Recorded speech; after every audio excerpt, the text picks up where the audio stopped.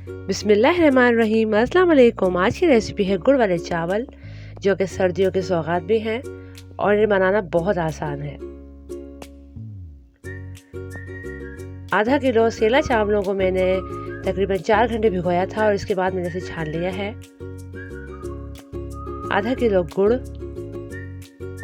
Half cup छिले हुए बादाम, बारीक कटा हुआ खोपरा हाफ कप धुली हुई किशमिश, हाफ कप घी, 1 खाने का चम्मच सौंफ, 4 से 5 लेंगे सब्जी इलायची और 1.5 कप के करीब लेंगे पानी।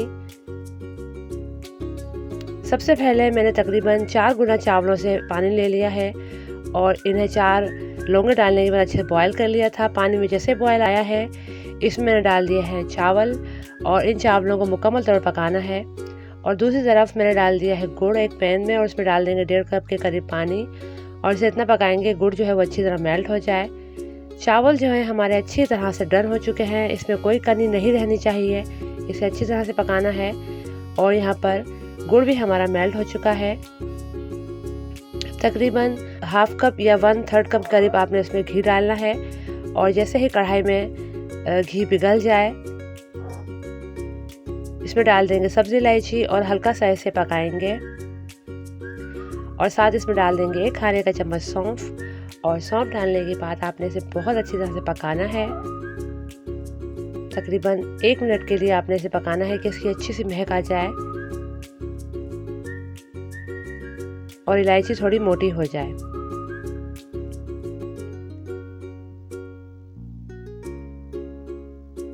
अब सौंफ अच्छी तरह से पक चुकी है और इलायची भी तो मैंने इसमें डाल दी हाफ कप।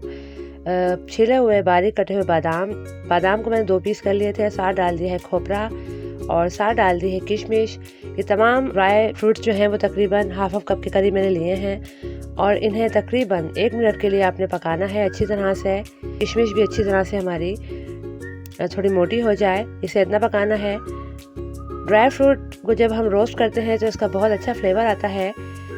हमारे हलवे में या फिर सेवइयाँ वगैरह जब हम पकाते हैं तो ड्राई फ्रूट्स को रोस्ट जो है वो ज़रूर करना चाहिए। रोस्ट करने से इसका फ्लेवर बहुत अच्छा आता है। और अब इसमें डाल देंगे गुड़ की, जो हमने पिघला के गुड़ रखा है वो डाल दिया है, मेल्ट करके रखा था। गुड़ पिघलने के बाद भी 2-3 मिनट आपने पकाना है। और अब इसमें डाल देंगे उबले हुए चावल और चावलों को डालने के बाद आपने बहुत अच्छी तरह से इसे मिक्स करना है और फ्लेम को आपने हाई पर रखना है, क्योंकि हमें जो है इसकी जो हमने इसमें गुड़ का जो सिरप डाला है उसे हमें ड्राई करना है अच्छी तरह से और हल्के हल्के हाथ से आपने चम्मच चलाना है। अब देखिए पानी जो है इसका खुश्क होना शुरू हो गया है। बस आपने इसे हल्के हल्के चम्मच चलाते हुए पकाना है और फुल फ्लेम पर ही आपने ये काम करना है।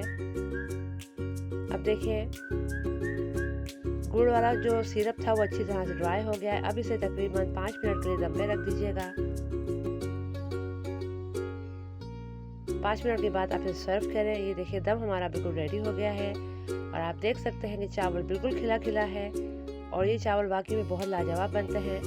अब आप जर्दे को भूल जाइए, गुड़ वाले ये चावल ट्राई कीजिए। रेसिपी अच्छी लगे तो लाइक और शेयर करना मत भूलिएगा। अपना बहुत सा ख्याल रखिएगा। अल्लाह हाफिज़।